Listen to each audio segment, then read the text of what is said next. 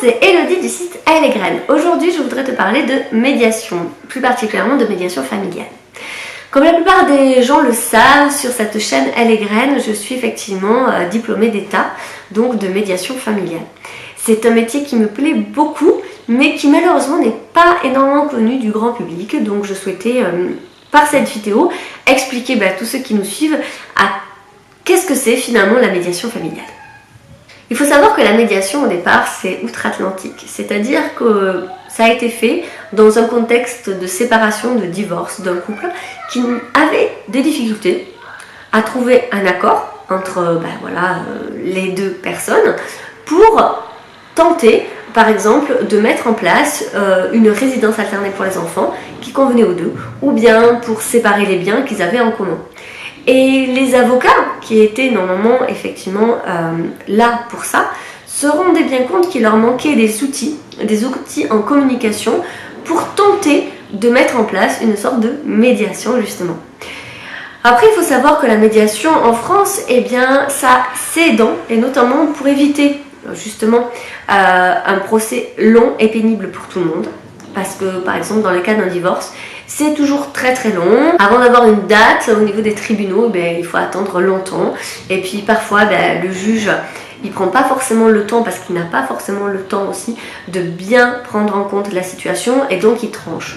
Et on se rend bien compte que souvent il y a un appel de la décision parce que ça ne convenait pas aux personnes. Parce que finalement, ce sont les personnes elles-mêmes qui détiennent leur solution. Et ça, c'est toujours pareil. Donc la médiation, elle a au départ pour vocation d'aider les couples effectivement à trouver une solution suite à une séparation. Et puis au fur et à mesure, dans la pratique, on s'est rendu compte que la médiation, c'était un fabuleux outil de communication dans les couples. Dans les couples qui veulent se séparer ou pas. Alors on n'est pas du tout dans une thérapie conjugale. La thérapie conjugale mêle effectivement ce qu'il y a de psychologique. Donc ça va aller finalement ce que nous on appelle dans la cave. C'est-à-dire que quand les personnes vont se confier, le thérapeute va tenter de comprendre pourquoi, qu'est-ce qui s'est passé dans l'enfance pour en arriver là. Le médiateur n'a pas pour vocation de chercher dans la cave ce qui se passe. La cave reste fermée. On est vraiment là pour mettre en place des outils pratico-pratiques pour le quotidien, pour essayer finalement de mieux communiquer avec bienveillance dans le couple.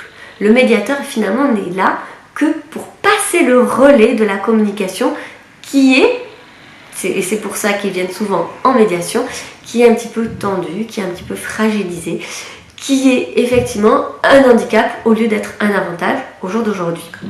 N'importe qui peut aller en médiation. Par contre, une médiation, c'est comme son nom l'indique, c'est pour médier, donc entre diverses personnes. Ça peut être dans un couple, mais ça peut être également entre un parent, un enfant, dans une fratrie, ou encore dans des liens intergénérationnels, ou d'autres médiations. Comme par exemple les médiations qui peuvent exister dans les entreprises, vous savez, lorsque vous avez un litige avec une entreprise. Ça peut être au même sein de l'entreprise, entre le salarié et l'employeur. Ça peut être entre des voisins. Bref, finalement, la médiation, c'est pour tout le monde. Mais une règle essentielle à la médiation, c'est que effectivement les médiés, comme on appelle, ou en tout cas les personnes, doivent être volontaires. En effet, si un des deux se sent forcé, cela ne fonctionnera pas. Parce que le principe même de la médiation est de mettre en valeur finalement l'honnêteté des personnes à vouloir régler le problème. C'est-à-dire que chacun est acteur. Chacun arrive avec ce qu'il a à dire, bien évidemment, et souvent, le souci, c'est que tout le monde veut parler, personne ne veut écouter. Ou en tout cas, que personne ne veut écouter. Donc la médiation est avant tout là pour ça. Pour finalement être juste le témoin d'un moment, de proposer un espace sécure, un espace avec un professionnel de l'écoute qui a toute sa déontologie professionnelle, qui met en place un véritable cadre éthique afin que chacun puisse exposer ses émotions et s'exprimer pleinement dans le respect. Le médiateur se doit donc de mettre en place un espace assez sécurisant pour que chacun puisse s'exprimer librement sur ses émotions.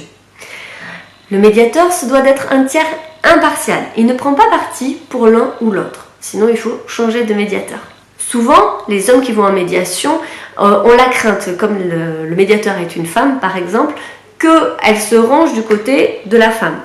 Alors là, pas du tout. Il faut bien savoir qu'on n'est pas là pour juger. On n'est pas là pour porter un quelconque jugement sur la situation ni même les personnes.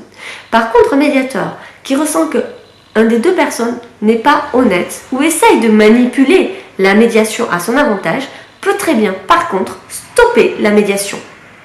Le médiateur est aussi là pour démontrer qu'il faut faire une différence entre les envies et les besoins, aider les personnes à s'exprimer sur leurs besoins, en toute bienveillance. Il est aussi un expert en communication non violente, puisqu'il a pour mission justement de pouvoir faire circuler les paroles et peut-être reformuler, aider les personnes à la reformulation pour pouvoir adapter finalement un discours bienveillant. Le but étant qu'une médiation ne soit pas longue, contrairement à une thérapie. En règle générale, entre 5 et 8 rendez-vous, et surtout donner la possibilité au couple ou entre les personnes d'avoir leurs propres outils de communication. Le but étant effectivement de ne pas être dépendant du médiateur pour les prochains conflits, pour les prochaines discordes. Le conflit fait intégralement partie finalement de la vie en société, c'est totalement normal.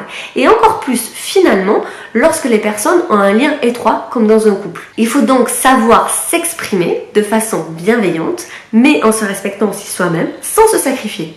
C'est un exercice que l'on ne nous apprend pas dans notre société. Mais le médiateur peut effectivement proposer aux personnes des petits exercices au quotidien, qui fera qu'à un moment donné, ça deviendra beaucoup plus naturel.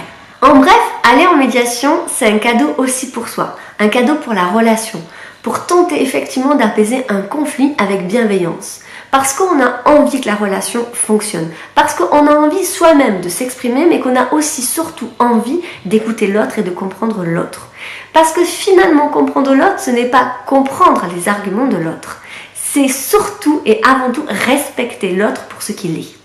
Et donc aussi, aller en médiation, c'est faire face à un médiateur qui est un professionnel, donc qualifié, indépendant et impartial. Il doit vous mettre à l'aise dès le départ. Le cadre de la médiation est fait justement pour que vous puissiez vous exprimer en totale liberté.